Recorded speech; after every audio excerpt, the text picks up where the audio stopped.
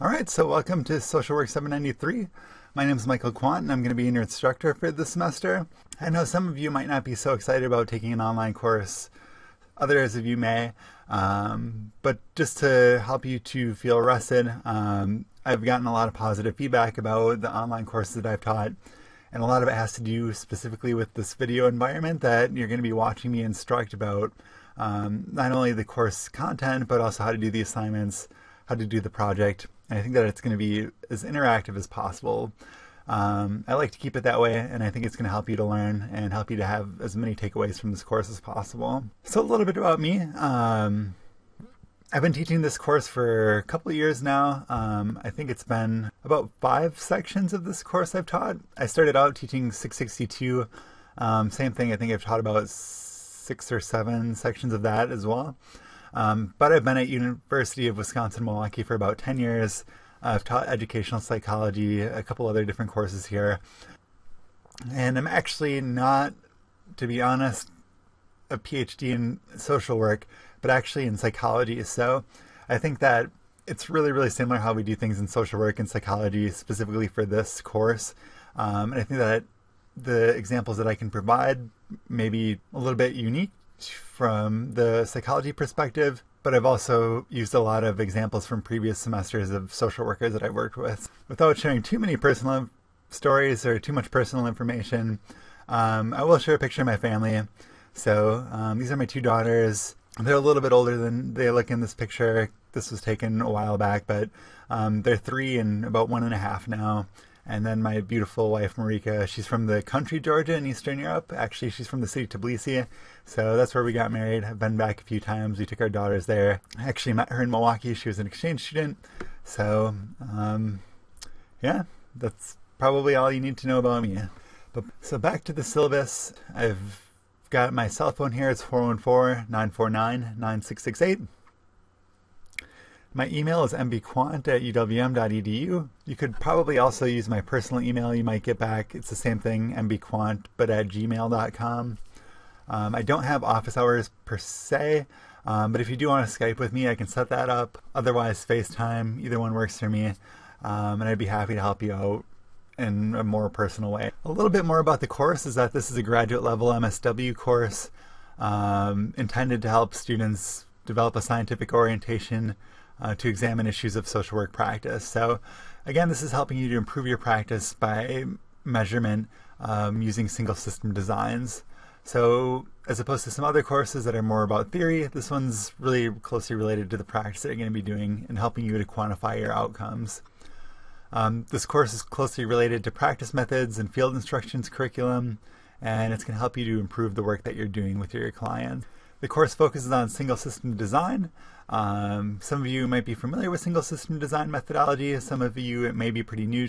Don't panic if you haven't heard too much about it. It's generally something that students who've got no experience with this have still been able to learn pretty quickly from my experiences.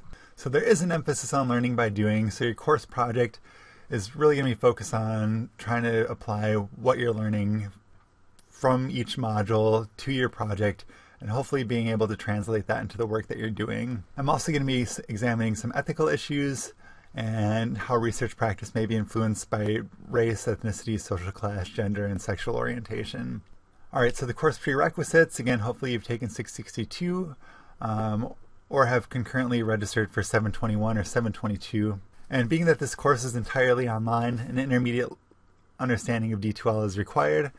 So if you've got no experience with D2L, please seek help. I can't put a video together to show you how to use D2L, but everything that's going to be for this course, whether it be papers, course content, lectures, everything's going to be on D2L. You're not going to be submitting any papers to me.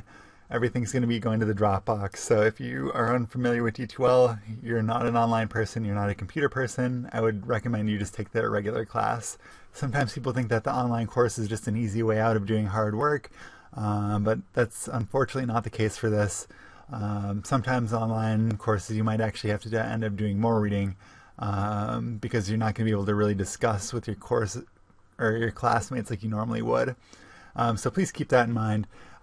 This isn't meant to scare you away from this course, but just to let you know that it is rigorous And you do have to stay on top of the videos and on top of the online course content in order to do well. So there's some more stuff in the syllabus about online courses. I'm not going to read it all to you, but feel free to read through it at your own time. All right, so the course goals and objectives. The social work program at UWM is focused on metropolitan issues with a focus on social justice, cultural diversity, and empowerment of individuals, families, organizations, and communities. So the goal of this program is to educate and train social work practitioners to demonstrate skills and specialized practice and scholarly pursuit of MSW level skills. I'd like you to walk away with the knowledge of how to use 2 or more single system design methods. So for your final paper, you're going to have to use at least 2 measurement tools for your operationally defined problem, which we're going to get into a little bit later on. 2, identify practice problems and establish measurable goals. That's going to be something that we're doing relatively early on. 3, specify interventions utilized. 4, present research results in appropriate fashion. And I'm going to be spending quite a bit of time in the second half of the semester going through this. 5, understand the connection between evaluation, research, and direct practice. That's kind of the main process of your project for this course. And I'm thinking that we should be able to do pretty well with it. And understand multicultural issues and how they relate to your practice and your research findings. All right, then lastly, the book that you're going to need is Bloom, Fisher, and Orme, Evaluation Practice Guidelines for Accountable Profession. So you can either get this at UWM's bookstore or on Amazon as well. So grading, what everybody's panicked about. Fortunately, I feel that I'm a pretty generous grader. This course is out of 230 points. There's 5 short assignments, each worth 20 points. The paper is worth 100 points, so just under half of the points for the semester. But there's a really large overlap between the short assignments and the paper. So in order to do well on the paper, you're also going to need to put in a good amount of effort into the short assignments. But the good thing about that, I'll get into a little bit later on, is that you do get a chance to redo the short assignments, as opposed to just deducting points if I see that you're doing something wrong.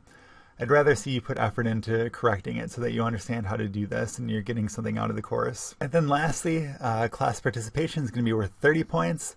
So I'm going to be posting stuff to the discussion forum, questions that I'd like for you to answer, SIGWIN activities. So those 30 points are going to basically come from how much you've been participating in the discussion forum. And I'm going to be posting some guidelines or rubric online about what I'm expecting for excellent, great participation versus not so great participation. All right, so here are basically the guidelines for the discussion forum for excellent participation. I want to see that you're adding value. As far as SIGWIN activities, seeing that you're putting effort into them, that you're answering questions rigorously, attentive to detail, participating in the discussion, and active in every single discussion topic that I post and every single SIGWIN topic that I post. There may be a week or so where I don't post any questions, but I do expect that you're keeping up with and making sure that if there is anything posted that you're responding to it. And you can also read a little bit further about what's good, fair, and poor participation. All right, so just some more of my expectations of students, that you're actively participating, completing all the reading assignments, and to let me know in advance if anything would come up that would prevent you from having any of your assignments in on time. So the more time you tell me in advance, the more I can try to help you to come up with a different plan for making up the assignment. Also, I can't hold full responsibility for holding on to your assignments, so I would recommend that you post them to D2L, but also save a copy on your computer. Don't delete it right away, just in case anything happens with D2L. I've had people complain before that they thought they uploaded something, but they didn't. So it's always a good idea to hang on to whatever you've done. Okay, so students' words should be in their own words, except for where appropriately cited. So I will say that I'm a stickler for APA format and citing and huge on checking for plagiarism. So even though I'm going to be posting some examples from previous semesters, I don't want you to copy anything from them. I want you to write everything in your own words. If you're going to be using sources from your textbook, make sure to cite them and use quotations if it's more than 3 words in a string. I'm going to be running your papers through a similarities checker to ensure that everything is in your own words. And I'm not doing this to punish you, but to make sure that you understand how to cite properly and that you are following by APA format for that. there have been times in the past where I've noticed students' papers were strikingly similar to the example paper that has been posted. And in that case, I might send it back to you and say that you need to redo this and put it in your own words. All right, so students are expected to complete all coursework by the end of the semester. Otherwise, you'll get an incomplete. I've never given an incomplete before, but it's under kind of extreme circumstances that you would get that. 7 students expected to contact me 2 weeks within receiving the grades if they feel that they've been graded unfairly. And then we can talk about it at that point. Generally, I've never had that happen before, but just to let you know that it needs to be within 2 weeks. And 8, if a student needs accommodations for special requirements, anything, let me know. And there's a student accessibility center that's really awesome for that. So if you have any questions or anything they can help you with, please check them out. They're a really great resource, and they give me a visa, and that helps me so much with making sure that I'm meeting your standards and that I'm helping you out in any way that I possibly can. All right, so assignments. For short assignments, there's going to be 5 short assignments. They're related to single system design and the course content. So you'll either receive 20 full points, 15 is partial credit, or 0 is no credit if you haven't turned it in. But if you do get partial credit, you'll have up to 1 week to make the corrections and resubmit it for full credit. So if you submit something and I give you a 15 and you get it back to me within a week with the corrections, and everything looks good, then I can give you the full 20 points, even if you didn't get the full points the first time. But just so you know that you can only have one opportunity to make these corrections for full points. So if you hand in something and it was incorrect and you submit it to me again and it's still incorrect, you've only got the one opportunity to make the corrections. It just helps with the flow of the course and keeping things moving. All right, and then your paper assignment.